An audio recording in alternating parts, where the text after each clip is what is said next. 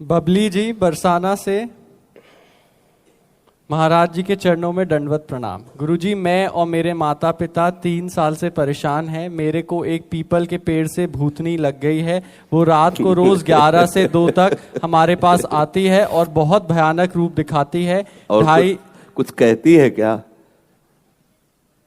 सुन लो, मैं तुझको मार दूंगी। तो तुम कहा करो मैं तुझको तार दूंगी। मैं लाडली जू की नगर की हूं, लाडली जू की हूं, तू कैसे मार पाएगी? बच्चा, कोई ऐसा सामर्थ्यशाली नहीं है कि लाडली जू के ग्राम में, लाडली जू के नाम में लगा हो उसे कोई भूत भूतली लग जाए। सच्ची बात यह है, इस बात को सब स्वीकार नहीं करते, कहते बाबा जी पागल है, सब भगवान ही है, उनके सिवा कोई नहीं। ये भूत प्रेत जितनी योनियां है ना, मेरा ठाकुर नाटक कर रहा है, ये बात मान लो। नामदेव जी के सामने लंबा चौड़ा भूत प्रकट हुआ, बोले आओ लंबकनाथ प्रभु आप ही आए। अले वहां भी ठल प्रकट हो गए, क्योंकि वही है। पंखे में, बल्ब में, हीटर में, फ्रिज में यंत्र के आकार के कारण उस बिजली का प्रभाव बदल गया। एक बहुत गर्म कर रहा है हीटर, और उसी बिजली से एक बहुत ठंडा कर रहा है, इतना ठंडा कर रहा है कि पानी बर्फ हो गया। एक है जीवन दान दे रहा है, छू जाओ तो जीवन ले ले, वही बिजली, बिजली में कोई अंतर नहीं। ऐसे ही श्री कृष्ण रूपी बिजली सब अनंत ब्रह्मांडों में व्याप्त है। हम उधर देखें, जब कोई भयावह स्थिति आवे उस समय आप चिंतन करो मेरे प्रभु पधारे हैं, बिल्कुल नहीं। और ये तुम विश्वास कर लो कि राधा किशोरी के नगर में जन्मी, उनकी सखी हो और राधा राधा जिभ्या से कहो, कोई छू नहीं सकता। बच्चा, बिल्कुल कोई नहीं छू सकता। आज से तुम डरना मत, पक्का? और जब तुम्हारे सामने कोई आए तो जोर से चिल्ला के कहना लाडली किशोरी राधा, फिर हमें बताना। करना तो तुम, ठीक है, ऐसा करना और फिर हमें तुम बताना। अगली बार आना, बताना भूत कैसा है, कहां है भूत, ठीक है? फिर हम भूत के पीछे लग जाएंगे हम महाभूत है जब गंगा किनारे भ्रमण करते थे ना, तो काफी वर्ष गंगा जी की प्रदक्षिणा में किनारे किनारे व्यतीत हुए। नई अवस्था, तो जैसे कभी मन भयभीत करता ना कि यहाँ स्मशान है, कुत्ते लाश खा रहे हैं, कोई साथी ने बड़ा संन्यास मार्ग में, तो तत्काल चिंतन आता, जब सर्वम खलमिदम ब्रह्म, तो भूत की सत्ता कहां है? मन कहता नहीं है, तो हम वही स्मशान में जाके बैठते, बैठ दिखा कहां है, कौन है, क्या है? सही कहते हैं। पूरा जीवन पीछे का जो सन्यास का, पूरी गंगा जी के किनारे किनारे भ्रमण करना, कुछ यमुना जी का भी किनारा इछावर आदि के लिए, महा स्मशान काशी, जहां 1000 लाश रोज रखी मिलेगी, सैकड़ों चिताएं एक साथ जलती है। भगवान भूत भावन कैलाशपति की नगरी जो महाश्मशान कहा जाता है, आप जाकर के देख लीजिए। मणिकर्णिका घाट में ऐसे लाशें रखी जैसे फूल मालाएं, और वहां चिता जलती ही रहती है। और उन्हीं घाटों पे कभी ऐसा नहीं हुआ कि भय लगे। भय तब है जब आप स्वीकार कर लो।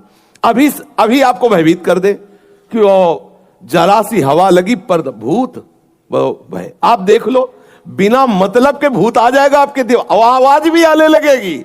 ये मनीराम बहुत विचित्र है, आपको बिल्कुल लगेगा कि वो कहीं कोई ऐसा नहीं। एक योनि है, भूत योनि है, जो कर्म बिगड़ जाने के कारण, जैसे धुंधकारी प्रेत योनि को प्राप्त, ऐसी योनि है।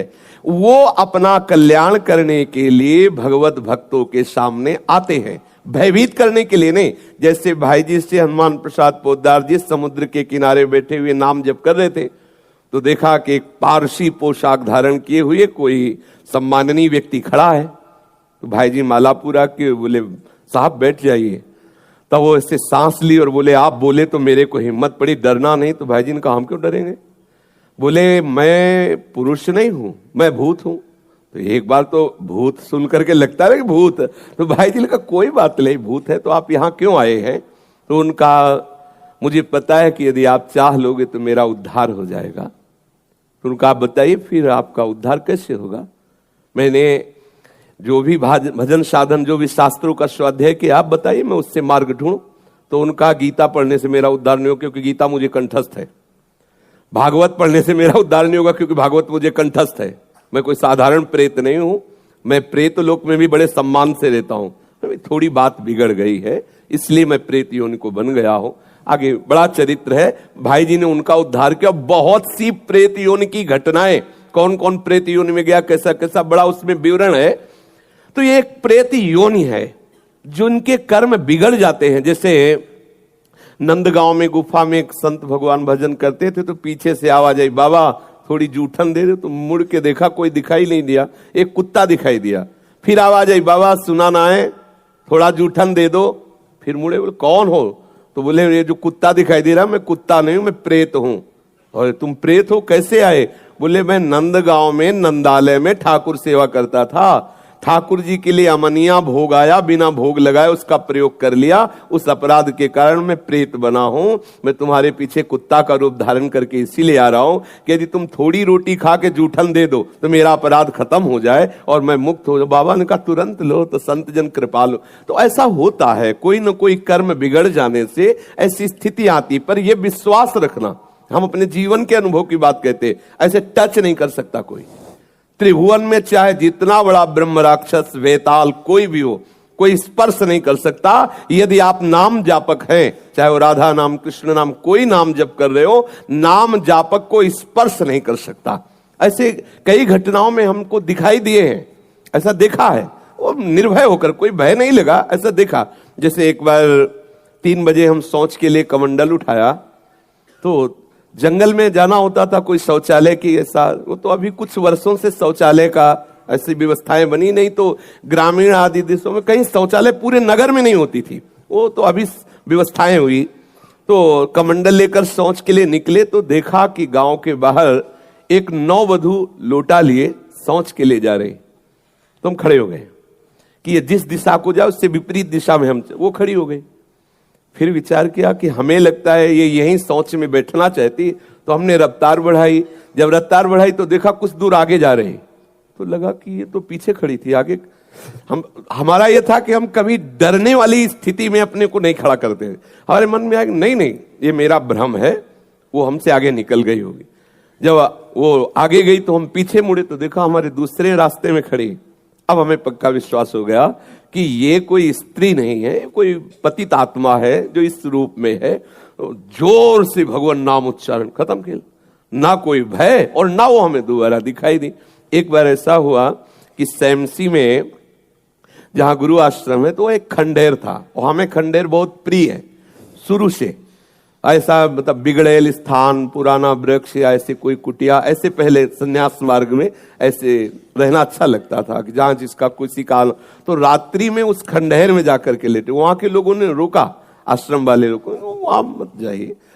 हम सोचा आश्रम के कई लोग यहाँ लेटते हैं तो बातचीत करेंगे, इसलिए एकांत। जे भी गए तो अंदर मंत्र चल रहा था, और एक छोटी सी टार्च सिराने, एक छोटी सी घड़ी दुप दुप वाली, क्योंकि उससे पता चले ना तो मतलब टाइम का। तो ऐसे रख के वैसे से थोड़ा ही लेटे, तो उस समय जटाएं बड़ी बड़ी थी, इतनी, तो ऐसे उनको तकिया की तरह जटा रखे। तो ऐसा लगा जैसे कोई हमें बहुत जोर से दबाने की चेष्टा कर रहा है। तो ऐसे देखा तो मुझे स्पर्श जैसा भी हुआ कि जैसे कोई कड़ा हाथों में एकदम। ऐसा कैसे हो सकता है? जब हम मंत्र जप रहे हैं तो कोई ऐसा कैसे हो सकता है कि कोई अशुभ आत्मा के छुए? तो टार्च लिया, बाहर निकले, कोई नहीं। मुझे लगा कि मेरी मानसिक बिगड़ेल बुद्धि हमको भयभीत करना चाहती है। नहीं मैं नहीं मान। एक मन ने कहा यहां से हटके, वहां से हमको जिद्दी स्वभाव था, नहीं देखूं कैसा क्या। फिर वही जाके सोए। थोड़ी ही देर में फिर स्पष्ट अनुभव हुआ कि ऐसे। तब हम बैठ गए तत्काल मंत्र जपते हुए। फिर हम कहा आप यहाँ ठीक नहीं है, क्योंकि बार बार विक्षेप डालेगा। मंदिर में गए, उन लोगों से कहा, बोले आप जानते कि वहां है, आप क्यों गए ऐसा? तो हमने जीवन में देखा है कि अगर कहीं ऐसी प्रेत आत्मा आदि हो, वो आपको परेशान नहीं कर सकती। आपको जैसे गोकर्ण के सामने धुंधकारी प्रकट हुआ, कभी वो अग्नि बनता, कभी वो ये बनता, कभी भेड़ बनता, कभी सिंह, समझ गए अधोगति को प्राप्त। लेकिन कोई ऐसा नहीं कि उनका अनिष्ट करे और रो के कह रहा था कि मेरा उद्धार कर दो, मेरा कल्याण कर दो। तो ये प्रेत आत्माएं भगवत धाम वासी, भगवान नाम जापक, वैष्णवों के प्रति अपना कल्याण करने के लिए आती है। किसी को भी कभी घबराना नहीं चाहिए। यदि कभी ऐसी परिस्थिति हो तो उच्च स्वर से नाम कीर्तन करने लगना, विश्वास करना, तुम्हें छू नहीं सकता कोई। ये हम इसलिए सत्ता नहीं मानते। जैसे कभी कोई प्रश्न करता है तो कह देते मेरे भगवान ही भूत रूप में आए। ये एक स्थिति है, एक भावना की स्थिति जो सत्य भावना है। वासुदेवा सर्वमिति, तो सब प्रभु ही है और सच्ची बात सब प्रभु ही है। लेकिन ये जो अगर हम उस स्थिति को नहीं पहुंचे तो पक्का समझ लो कि अगर प्रेत योनि का कोई भी जीव तुम्हारे सामने आता है और तुम भगवान नाम जप कर रहे हो तो तुम्हें कभी परास्त नहीं कर सकता। और एक मतलब चूंकि अब श्री किशोर जी की चरण शरण में है इसलिए उस मंत्र का प्रयोग नहीं करते। ये मंत्र ऐसा है कि इस मंत्र के उच्चारण मात्र से कहीं भी भयानक प्रेत हो, कहीं भी कुछ हो, सब नष्ट हो जाएगा। नारायणानंत हरे नृसिंह प्रहलाद बाधा हरे कृपालु, इतना लिख लो, लिख लेना। नारायणानंत हरे नृसिंह प्रहलाद बाधा हरे कृपालु, इतने का हमने प्रभाव देखा। कहीं भी कोई भी विघ्न स्पर्श नहीं कर। नारायणानंत हरे नृसिंह प्रहलाद बाधा हरे कृपालु, इतना है। पर श्री किशोर जी के शरणागत की गर्दन उतर जाए तो भी ना बोले इसे। ये हम इसलिए बोल रहे हैं कि मतलब जो नहीं जुड़े हैं अगर उनको ऐसा लगता है तो ये लाखों बार प्रयोग किया हुआ मंत्र है, आप देख लेना। और एक महामहिमा में, अब इसलिए कि सब भाव के जन होते हैं, कहीं भी कितनी भी भयानक परिस्थिति हो, तुम्हें लग रहा हो कि यहां हमारे प्राण संकट में है, अगर ये मंत्र शास्त्रीय पद्धति से संयमशील पुरुष हो और उच्चारण कर ले तो तुम्हारा विघ्न करने वाला वहां से भागेगा और नष्ट हो जाएगा अगर तुम्हारे समीप आएगा। ओम अघोरेभ्यो तो घोरेभ्यो घोर घोर तरेभ्या सर्वेभ्या सर्व सर्वेभ्यो नमस्ते अस्त रुद्र रूपेभ्या। ये प्रयोग किया हुआ कोई त्रिभुवन में ऐसे नहीं कर सकता। अगर इसका प्रयोग हो जाए वैसे कर दे वो तो वहीं नष्ट मिलेगा। पर इन मंत्रों को जागृत किया जाता है, इन मंत्रों को सिद्ध किया है, वो संन्यास मार्ग की पद्धति हो। यहां तो बोलो जय श्री राधे, बस इतने हो गया, कोई छूने वाला, कोई मंत्र याद करने की जरूरत है। हमारी राधा किशोरी के चरणों के गुलाम बनवारी है ना? और बनवारी के गुलाम अनंत ब्रह्मांडों के सब लोकपाल हैं, सब शक्तियां हैं, इसलिए अपने को कोई डरने की बात नहीं। अपने तो श्री राधा राधा राधा बोले, बस इतने। जहां कहीं भय लगे तो उस समय ना भयभीत होना, ना मौन रहना, चिल्ला के बोलना राधा राधा राधा राधा, ठाकुर वहीं खड़ा मिलेगा। और जहां ठाकुर हो वहां किसी की और ठकुराई चल नहीं सकती, इसलिए निश्चिंत रहे।